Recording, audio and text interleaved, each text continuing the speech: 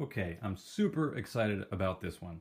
This is my first shot at a tactical lockpicking training stand, and we are going to talk about why this is a lot cooler and a lot more effective for your field application or the tactical part of applying your lockpicking and your entry skills in the field. So 3 parts. First, I'm going to give you a quick tour of the training stand, and then I'm going to show you some of the different separate techniques that you can do on it that you can't do with a standard training stand. And the third thing I'm going to do is show you a short application of how you would apply this, how you would do the tactical part of the lockpicking training on this stand. So kind of how to work through some decisions and how to implement reminders and training stimulus into your decision making. So first part, I got this off of a design from, I got a really simple version of just the wood and a base. Just the front face and a base, and just how to drill the front and side holes and put in a basic deadlock and a basic doorknob. I got that from ITS Tactical. I'll put a link in the show notes to their original article on that. I decided to put my own uncensored tactical twist on it. So I added an actual swing door. So I have a working deadbolt on top. I have a working locked doorknob on the bottom. I have a simple latch, and I also have a dead latch mechanism on the back here, which we're going to talk about in a minute. These are actually quick set knobs and deadbolts, so there's a really cool technique we can do with this doorknob we'll talk about later. I put a hinge in here because we're going to do some latch slipping, and it's important that you have some stimulus about this swinging open and shut. I do have my latch strike plates on this side, which are going to come into play here shortly. And if you can see on the back here, I have your twist to lock, and you have your deadbolt activator. So that's a quick tour. I do have these little guys handy. Just some basic clamps so that you can clamp this down to the desk if you want to do some of the harder techniques, like if you're having a particularly hard time slipping that latch, or if you're having a hard time walking that bolt in, or if you're going to do bumping to bump the keyway, or if we're going to take care of that hinge, it's nice to have this bolted down so it doesn't move. It's also nice that if you're doing heavy picking, the whole thing doesn't shake everywhere. So we can give you even more realism with some of these little tools. So that's your tour. Part 2, some of the different techniques. I'm probably going to fast forward this one if it takes me a while, but I'm actually going to move the camera here for a second.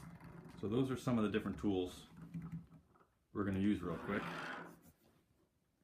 So let me grab my basic go-to lock picks. I'm going to reach around the back, do a little reach around action. So I've fully locked out that deadbolt. Now something that those other stands won't do for you, that this one will, is when you do these training stands, the simple ones, as soon as you get this plug to spin in a pin tumbler lock like this, you think that you're in. Like, I got it, I'm in, everything's great. Well, the problem is, in real life, these are connected to the actual deadbolts. So this goes all the way through and connects to that. So because the plug is free spinning, doesn't mean that you're going to have a really easy time getting that latch to move or that deadbolt to move.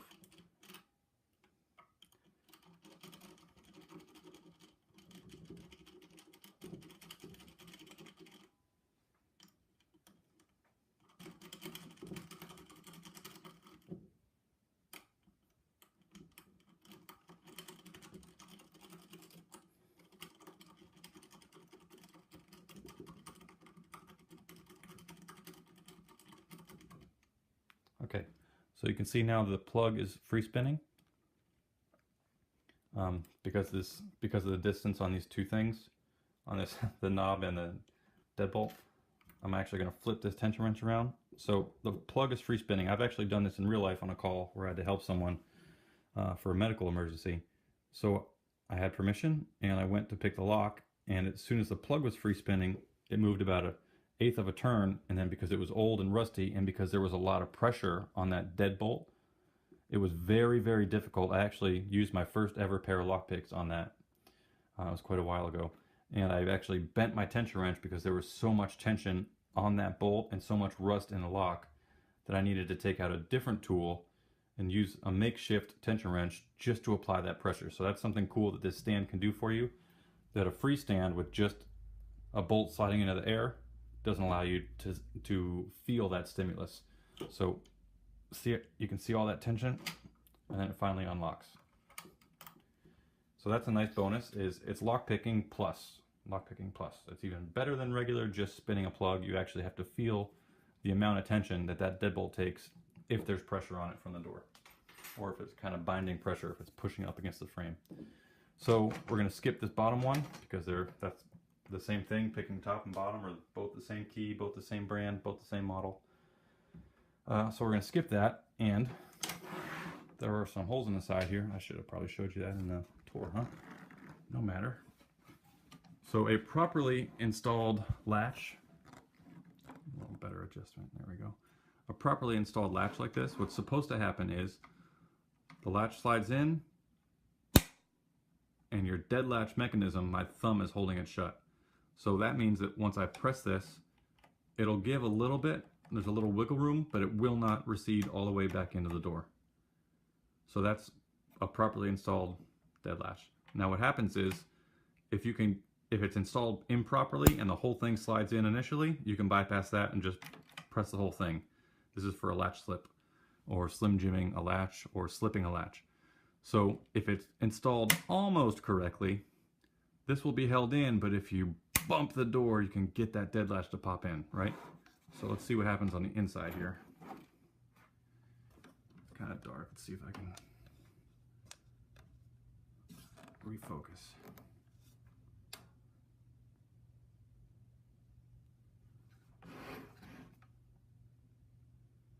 So this is also something that standard training stands won't allow you to see. Okay, so you can see that that main latch is all the way in. Let me get a tool to press that with.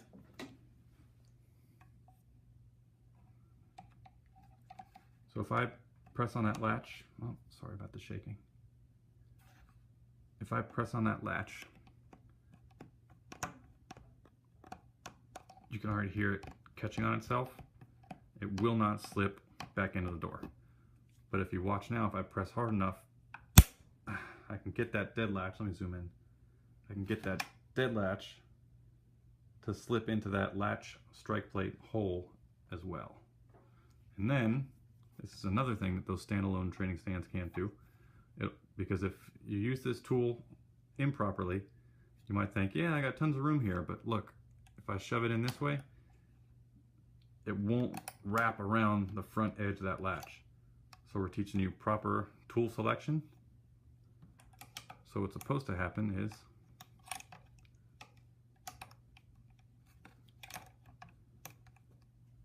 you can see where this hooks behind the latch and wiggles through and allows that door to open. Man, I'm spending a lot of time on these techniques.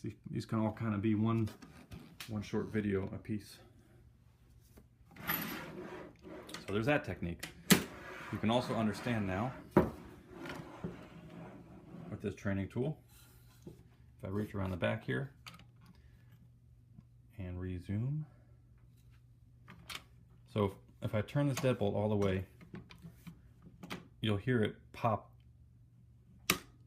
So it's activated. So if I push through the side and I push that deadbolt, it won't go back into the door. The bolt is dead. It's a deadbolt.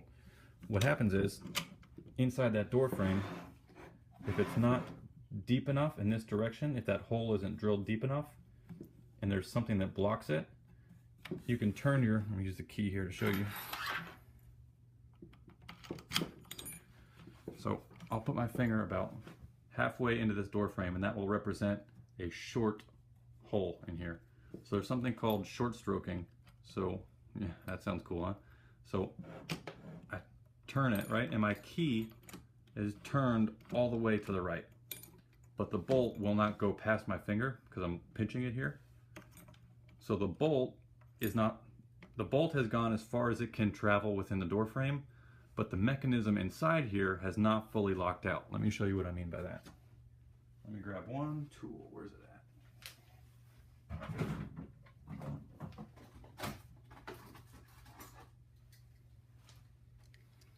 All right, so this is what's happened. This is what's supposed to happen. So I'm going to grab this little spindle here. This is what happens when you turn your key inside a keyway. So this elbow joint on top, you see how it lays into place there? Because of the cut, I can push as hard as I want, and that bolt is dead. But if there's something in the way and it's a shortened frame, it'll go all the way to my finger, and you've turned it as far as it will turn, but this elbow joint is not locked out, so I can push the deadbolt back in. So now you can use this training stand to say, okay, if you walk up on it and you're doing your target assessment, can I pick this, or can I much more quickly walk that bolt back into place? If you remember, we short stroked this from the inside. So we turned it as far as we could turn it within the frame, but it didn't fully extend. The mechanism inside didn't lock out. So you can do what's called walking your deadbolt back into the door. So I'm going to bite down into the bolt, and I'm going to scoop it back in toward the frame. Now that's open, and we have entry. The other cool thing about this training stand is when you do that, you can see that evidence, resume here, evidence is left on that deadbolt that someone has walked it back into the frame with a pocket knife. So, all sorts of stuff going on here. That's a quick tour.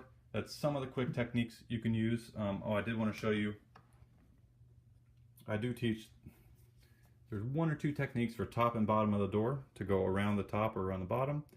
We taught you both of these, your deadbolt, your simple latch, how to bypass some of them, how to exploit it, and also if you know how to exploit it, you also know how to prevent against it. And there is also an attack for the hinge, which if you've seen my other video, I talked about one of these, Bang It. It's a hinge removal tool for construction and locksmiths.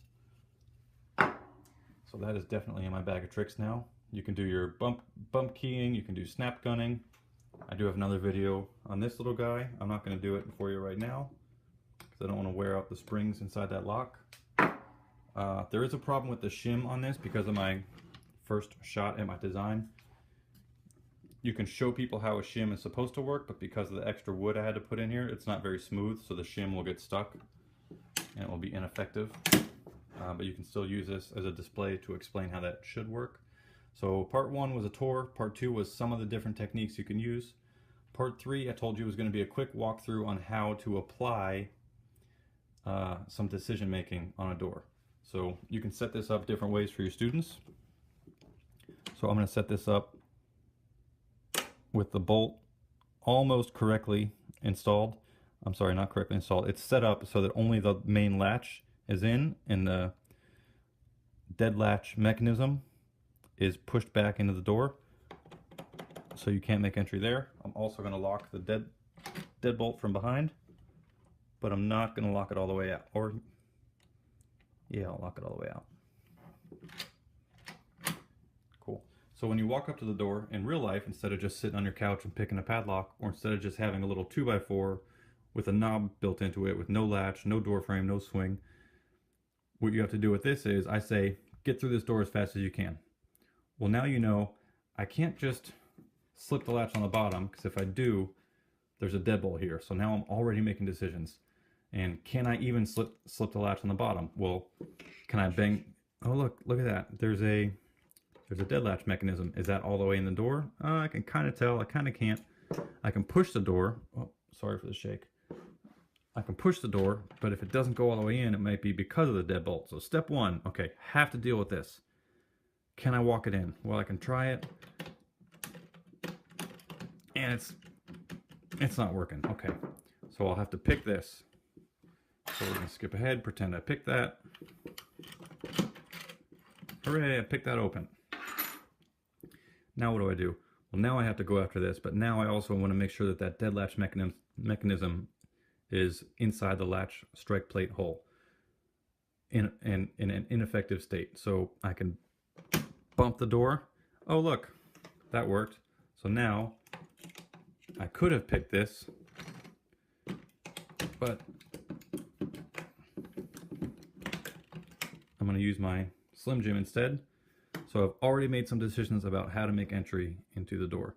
And I think that that is going to bring huge value. I'm really excited to take this to my Ohio course that I'm teaching in May. Some cool dudes up there asked me to come teach. So this will be coming with me. I'll probably be doing a giveaway at that course. I'll probably leave that up there for them, and I'll make a model too, and I will be sure to update you on that. So part 1, part 2, and part 3, we're done. And again, if you're looking at these other training stands that are, like I said, just a small piece of wood with a deadbolt face on it, or with a doorknob on it, either with or without a latch on the side, what you're basically looking at is nothing more than one of these training locks, but just mounted on a piece of wood. So this brings a lot of value, this training stand, and I'm very happy to show you guys about it. And if you found any value in this video, which I really hope you did because I put a lot of time into this training tool, if you found any value, please subscribe on the website, uncensoredtactical.com. Also, I am very active on Instagram. Hit me up there. I have a Twitter account. I don't post a lot there. It's also Uncensored Tactical.